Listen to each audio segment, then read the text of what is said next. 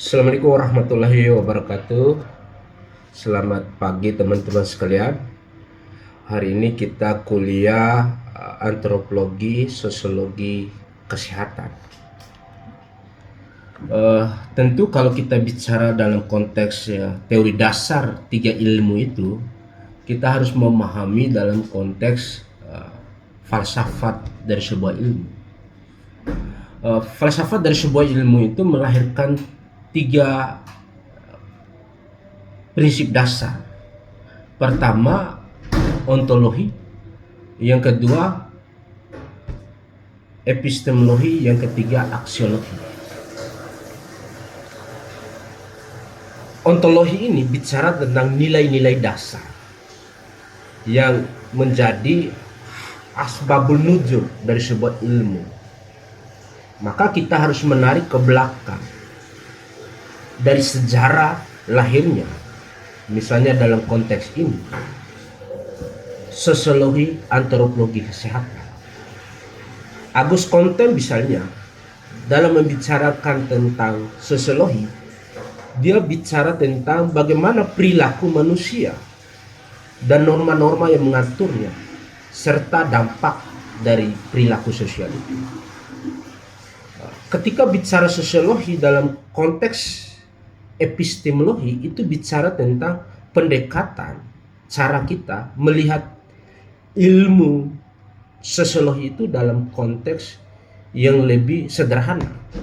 Misalnya metodenya, apa itu sosiologi, apa itu sosial, apa itu logi. Sosial itu lahir dasar dari masyarakat atau manusia yang lebih dari satu.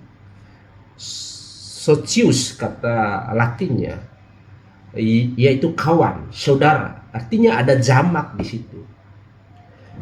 Dalam bicara tentang gramatikalnya itu ada jamak lebih dari satu orang. Artinya kalau kita bicara tentang perilaku sosial, itu perilaku orang banyak.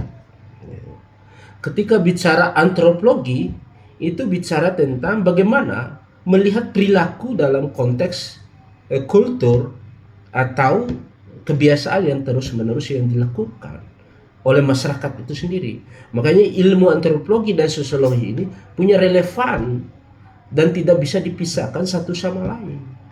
Karena bicara sosiologi bicara tentang aspek masyarakat, tapi bicara antropologi bicara perilaku masyarakat itu sendiri. Yang punya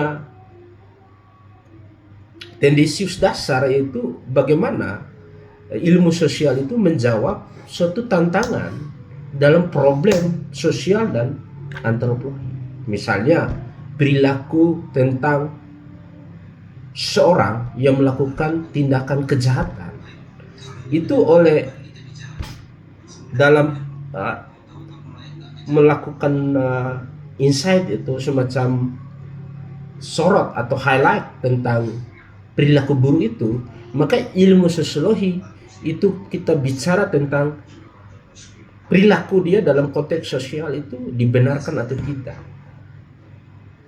Itu tentu penilaian sosial itu buruk. Ada norma-norma yang harus dipatuhi sehingga tidak lagi melakukan suatu kejahatan. Oleh antropologi itu menjadikan catatan sebagai tindakan-tindakan yang memang harus menjadi ada batasan. Misalnya perilaku terus-menerus, kebiasaan terus-menerus yang dilakukan menjadi hukum, katanya Platonisme itu dalam teori Plato. Artinya kebiasaan itu menjadi dibenarkan oleh suatu institusi sosial, tetapi oleh antropologi harus melihat itu sebagai kebudayaan yang membatasi cara kita untuk melakukan sesuatu yang buruk itu. Aspek sosiologi dan antropologi dalam kesehatan. Teman-teman hari ini belajar tentang atau teman-teman ambil mata kuliah tentang antropologi kesehatan di jurusan K3. Teman-teman mengantarkan mindset dalam ilmu K3 ini sebenarnya harus melihat dari 3 prinsip atau tujuan dari ilmu K3 ini. Sebenarnya K3 ini bicara tentang 3 hal prinsip dasarnya. Pertama, pencegahan dari keselamatan kerja. Artinya meminimalisir risiko adanya kecelakaan kerja. Yang kedua, perlindungan terhadap pekerja. Yang ketiga, outputnya melahirkan produktivitas kerja. Kalau kita bicara insight atau highlight di konteks pencegahan, itu bicara tentang bagaimana tindakan awal untuk menghindari adanya risiko kerja yang berdampak pada kecelakaan misalnya atau penyakit. Tentu kalau bicara dalam ilmu tentang ekologi misalnya, tentang lingkungan, risiko yang harus dilihat oleh sosiologi itu bagaimana masyarakat itu secara kolektif bertindak untuk menyelamatkan manusia yang lain. Misalnya sama-sama buang sampah di tempatnya, atau sama-sama membuang sampah tidak misalnya di selokan atau di perairan yang berdampak buruk pada adanya penyakit kolera, penyakit sejenisnya. Itu adanya kesadaran kolektif dari masyarakat untuk tidak melakukan itu. Itu bicara tentang apa? Sosiologi perilaku sosial. Makanya Auguste Comte itu menyatakan bahwa sosiologi itu ilmu yang mempelajari norma-norma dan dampak terhadap perilaku sosial. Apa norma-norma? Ada norma yang harus disepakati secara kolektif tentang bagaimana masyarakat itu partisipasi untuk saling menjaga satu sama lain. Kemudian di aspek antropologi, perilaku semacam itu, misalnya teman-teman bisa melihat adanya larangan buang sampah sembarangan. Karena ada tindakan sebelumnya yang tidak disadari sebagai keburukan perilaku-perilaku itu, makanya ilmu antropologi itu melihat sebagai suatu permasalahan yang segera dijawab dan memberikan solusi. Misalnya adanya larangan untuk buang sampah sembarangan. Larangan itu sebagai penyadaran terhadap tindakan secara kolektif dan terus-menerus yang dilakukan oleh masyarakat. Sebagai batasan, kalau misalnya reskopon itu dalam ilmu hukum rekayasa sosial, aturan itu hadir sebagai batasan tindakan moral, tindakan buruk dari orang itu supaya tidak melakukan lagi. Misalnya kalau kita bicara tentang kesadaran ini sebagai kesadaran kolektif dalam ilmu antropologi, itu misalnya antara daerah satu dengan yang lain, itu kan cara melihat sesuatu kesehatan itu berbeda. Misalnya kesehatan dalam masyarakat, negara Singapura itu negara yang paling taat terhadap aturan. Bukan saja bicara aturan yang legal formal, tapi aturan yang memang disepakati secara institusi sosial yang dilakukan terus-menerus menjadi kebiasaan secara kolektif. Akhirnya tidak berani buang sampah sembarangan. Apa output dari tindakan itu? Bahwa mereka itu melihat bahwa tindakan buang sampah sembarangan ini mengakibatkan adanya penyakit. Karena kalau ditumpuk terus-menerus, apalagi sampah organik, itu akan melahirkan suatu virus yang dibawa oleh misalnya nyamuk. Itu melahirkan penyakit kolera, kolesterol. Bukan kolesterol, cikunya dan lain sebagainya. Itu akhirnya kesadaran kolektif masyarakat Singapura ini menjadikan kebudayaan, kebiasaan.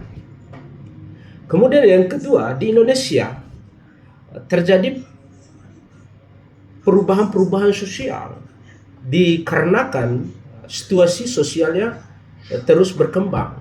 Misalnya dari era Indonesia merdeka, kemudian Orde Baru, Orde Lama, Orde Baru, sampai reformasi. Itu perubahan cara perilaku manusia itu berbeda dalam melihat kesehatan. Dulu perilaku sehat itu disadari oleh misalnya adanya penyakit. Penyakit dulu era 70-an ke bawah itu kolera. Nah, perilaku sehat ini karena ada dampak dari tindakan-tindakan dari sosial ini, misalnya membuang sampah sembarangan atau membuat limbah sembarangan oleh perusahaan-perusahaan besar. Itu berdampak pada adanya penyakit kolera. Setelah diteliti oleh teman-teman di bidang kesehatan, ini penyebabnya adalah adanya genangan air menciptakan sel telur, kemudian nyamuk ini membawa virus jahat mengakibatkan kolera. Ini dampak yang disadari karena ada suatu penyakit kolera. Kemudian contoh yang paling pembaruan misalnya ada virus corona. Virus corona ini sebagai cambukan bagi pemerintah kita untuk membuat suatu perubahan dalam konteks regulasi dan kebijakan. Misalnya lahir Undang-Undang 17 tahun 2023 ini tentang kesehatan. Di sana itu secara asbabun nuzul revisinya undang-undang sebelumnya, misalnya Undang-Undang 36 tahun 2009 tentang kesehatan. Kemudian salah satu tujuan lahirnya undang-undang itu bagaimana membatasi atau pengaturan terkait dengan adanya virus corona. Itu di dalam pertimbangan dan alasan lahirnya undang-undang itu ada virus corona, di mana sebelumnya belum diatur mengenai penyakit yang diakibatkan oleh virus corona ini. Secara misalnya sebelumnya ada aturan yang mengatakan larangan, misalnya ada tentang distancing misalnya, atau jarak gitu kan, jarak antara yang penyakit dengan yang sehat, itu ada jarak itu. Kemudian ada pengaturan mengenai tentang rehabilitasi, kemudian ada pencegahan dari penyakit virus corona ini bagi masyarakat tertentu, misalnya dibatasi, misalnya di daerah tertentu tidak boleh keluar masuk kalau tidak dilakukan dilakukan suntik antivirus gitu kan. Itu kan bagian dari pencegahan yang disadari oleh adanya penyakit gitu. Makanya sosiologi itu melihat dalam aspek itu, dan kebudayaan yang dilakukan yang tiap ada masalah ada tindakan dari pemangku kebijakan atau yang punya otoritas untuk melakukan pencegahan sejauh mungkin untuk tidak terjadinya sesuatu penyakit baik jiwa, mental, baik penyakit fisik, penyakit mental maupun penyakit sosial. Begitu. Itu pertama dari segi pencegahan. Kemudian dari segi perlindungan, protection, ini bicara tentang sebenarnya pencegahan dan perlindungan ini satu kesatuan, tapi saya insight dalam perlindungan ini bicara tentang bagaimana perlindungan yang secara objektif dan universal ketika pekerja yang melakukan tindakan atau melakukan suatu profesinya sebagai pekerja semaksimal mungkin untuk dilindungi dalam aspek pertama itu aspek physically dan aspek jiwanya. Misalnya ada kebijakan pemerintah itu adanya BPJS sebagai sebagai kalau kita istilahkan dalam ilmu kesehatan itu sebagai vaksin terhadap tindakan-tindakan yang bagaimana untuk melindungi pekerja itu. Misalnya perlindungan pekerja dalam uh, keselamatan kerja. Pekerja ini sendiri orang yang menjalankan suatu tindakan di profesinya, misalnya sebagai tukang batu. Bagaimana perlindungan di pekerja di tukang batu ini? Tentu harus diukur, karena misalnya tukang batu ini dia membangun rumah lantai 3, kan harus diukur keselamatannya, misalnya protection terhadap tubuh, terutama apa terhadap tubuh ya, perlengkapan, ada helm, kemudian baju standar untuk pekerja bangunan atau tukang batu, kemudian sepatu yang berstandar sesuai dengan pekerjaan, itu sebagai perlindungan physically. Kemudian apa perlindungan terhadap penyakit, dijauhkan dari penyakit, diberikan semacam vitamin supaya dia tidak mengalami penurunan dari penurunan daya tahan tubuh. Itu sebenarnya kesehatan ini kan bagaimana kesejahteraan fisik, mental, dan sosial. Kesejahteraan fisik, mental, sosial ini bagaimana terjadinya penurunan daya tahan tubuh diakibatkan oleh banyak hal, kecapean, kemudian pekerjaan yang terlalu banyak, dan risiko-risiko alam yang terjadi, misalnya hujan, angin, badai, dan lain sebagainya, itu berdampak pada penurunan daya tahan tubuh. Akibat dari adanya penurunan daya tahan tubuh ini mengakibatkan virus jahat itu masuk dalam tubuhnya, atau kuman itu masuk dalam tubuhnya, sehingga karena daya tahan tubuhnya menurun, dengan mudah virus itu masuk. Bagian dari perlindungan protection dalam keselamatan kerja ini, misalnya ada semacam pemberian, terutama dalam konteks keselamatan kerja dalam perlindungan physically tadi, adanya helm dan lain sebagainya, perlengkapan, kemudian diberikan imun, misalnya vitamin booster gitu kan, sebagai perlindungan terhadap keselamatan kerja.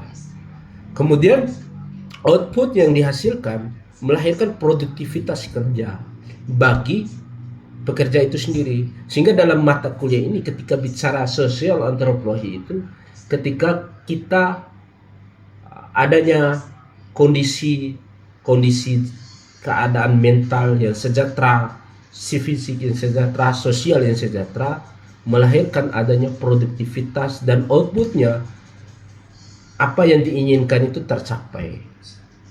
Begitu kira-kira pengantar dari teori antropologi sosiologi kesehatan hari ini. Kalau teman-teman di Zoom ini bisa menanggapi atau memberikan suatu highlight atau insight dalam interaksi belajar mengajar kita, silakan bagi teman-teman untuk melakukan pertanyaan atau tanggapan yang konstruktif dalam khasana keilmuan kita, pelajaran hari ini tentang teori dasar antropologi sosiologi kesehatan. Sekian.